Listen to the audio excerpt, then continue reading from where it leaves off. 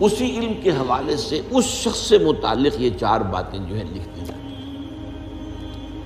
اب اس کو سمجھنا چاہیے، اصل میں جو بات مسئلہ تقدیر کے سمجھنے میں، جو یوں سمجھیے کہ ایک بہت آسان فارمولہ ہے اگر سمجھنا چاہے انسان، اور یہ میں عرض کر چکا ہوں کہ سمجھنا چاہیں گے تو سمجھ جائیں گے، تفصیل میں جائیں گے تو الجھ جائیں گے، اور مناظرہ اور مباحثہ کریں گے تو گمراہ ہو جائیں گے۔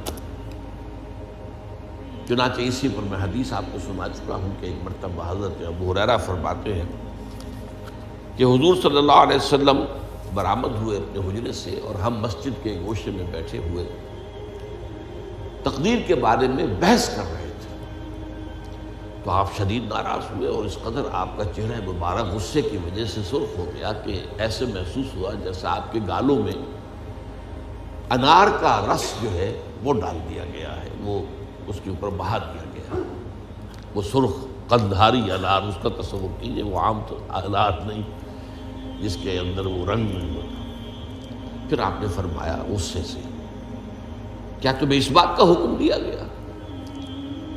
کیا مجھے تمہاری طرف اسی کام کے لیے بھیجا گیا کہ اس مسئلے میں تم بحث کرو؟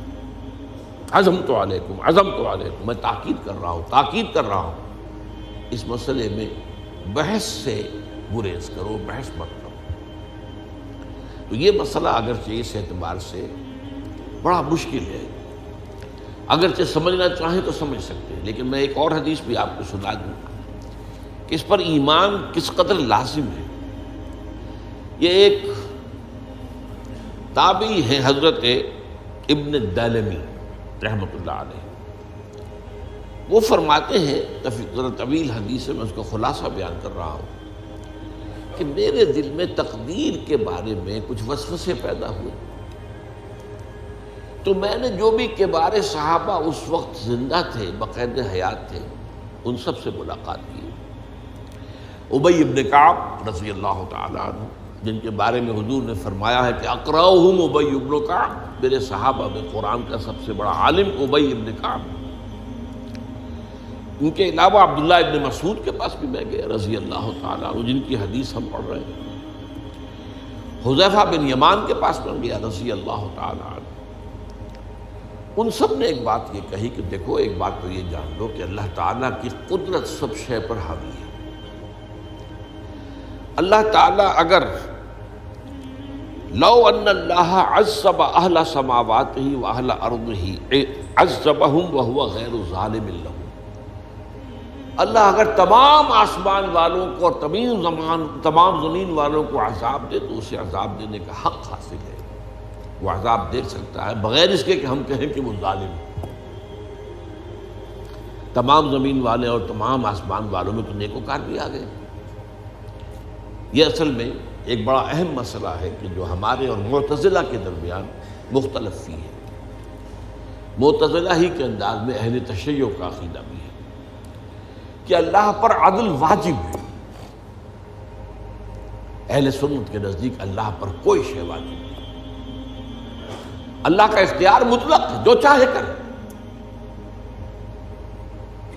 چنانچہ وہ ظالم کو معاف کر سکتا ہے جب چاہے، اور وہ کسی اچھے آدمی کو عذاب دے سکتا ہے جب چاہے۔ یغفر لمن یشاء ویعذب من یشاء واللہ علی کل شیء قدیر۔ یہ سورہ بقرہ کی آخری آیت میں ہے کہ آیات میں سے ہے، لاسٹ بٹ 3 آیت میں۔ تو اس اعتبار سے اللہ کا ایک تو اختیار مطلق ہے۔ پھر میں زید ابن ثابت کے پاس گیا تو انہوں نے یہی بات مرفوعاً بیان کی کہ میں نے خود حضور سے سنی ہے یہ بات۔ باقی 3 صحابہ کے بارے میں تو وہ کہتے ہیں کہ انہوں نے گویا کہ اپنی رائے کا اظہار کیا، اور اگر اللہ تعالیٰ چاہے لو رحمہم، تمام آسمان والوں اور تمام زمین والوں کو بخش دے اور رحم کرے، لکانت رحمتہ خیرا لہم من اعمالہم، تو اس کی رحمت جو ہے وہ یقیناً لوگوں کے اعمال سے بہت بالا ہے، بلند و برتر ہے، تو جو چاہے کرے۔ وہ ابو جہل کو بخش دے، کون اعتراض کر سکے گا؟ اور وہ کسی سے بڑے شخص کو جو ہے وہ عذاب دے، کون اعتراض کر سکتا ہے؟ اس اعتبار سے پھر انہوں نے فرمایا وَلَوْ أَنفَقْتَ مِثْلَ أُحَدٍ ذَهَبًا اور دیکھو ابن الدینمی جان لو، اگر تم احد کے پہاڑ کے برابر سونا اللہ کی راہ میں خرچ کرو گے فی سبیل اللہ ما قبل اللہ منک حتی یؤمن بالقدر، اللہ تعالیٰ اسے تم سے قبول نہیں کرے گا جب تک کہ تم تقدیر پر ایمان نہیں رکھو۔ اور اس کے بعد فرمایا اعلم، جان لو، انما اصابک لم یکن لیخطئک، جو چیز تم پر واقع ہوتی ہے، کوئی تکلیف آتی ہے، کوئی حادثہ پیش آتا ہے، وہ تم سے ٹلنے والا تھا ہی نہیں۔ مطلب یہ کہ تم سوچو کاش میں یوں نہ کرتا، یوں کر دیتا، اگر یہ ہو جاتا، وہ ہو جاتا تو میں بچ جاتا، نہیں، وہ تو آنے والی بات تھی، وہ اللہ کی کتاب، وہ اللہ تعالیٰ کے علم قدیم کے اندر پہلے سے لکھا ہوا تھا، تو موجود ہے، تو وہ تو آنی ہی آنی تھی۔ وَأَنَّمَا أَخْطَأَكَ لَمْ يَكُنْ لِيُصِيبَكَ، اور جو چیز کہ تم سے چھوٹ گئی، جاتی رہی، تمہارے ہاتھ سے نکل گئی، ممکن ہی نہیں تھا کہ وہ تمہیں ملتی، وہ اللہ تعالیٰ کا مجھے علم قدیم ہے، اس کے اندر پہلے سے طے ہے۔ وَلَوْ مِتَّ عَلَىٰ غَيْرِ هَٰذَا لَدَخَلْتَ النَّارَ، اگر دیکھو تم غور سے سن لو، اگر اس عقیدے کے سوا کسی اور پر تمہاری موت واقع ہوئی تو جہنم میں داخل ہو جاؤ۔ تو یہ اس ایمان بالقدر کی اہمیت کا معاملہ۔ اب اس کے لیے جو میں کہہ رہا تھا کہ ایک فارمولہ جو سمجھ میں آ سکتا ہے وہ یہ ہے، انگریزی کی جو اصطلاحات کے حوالے سے پہلے میں واضح کروں گا، وہ ذرا زیادہ واضح ہے۔ ایک ہے پری نالج، کسی چیز کا علم پہلے سے ہونا، ایک ہے پری ڈیسٹینیشن، کسی شے کا پہلے سے طے پا جانا۔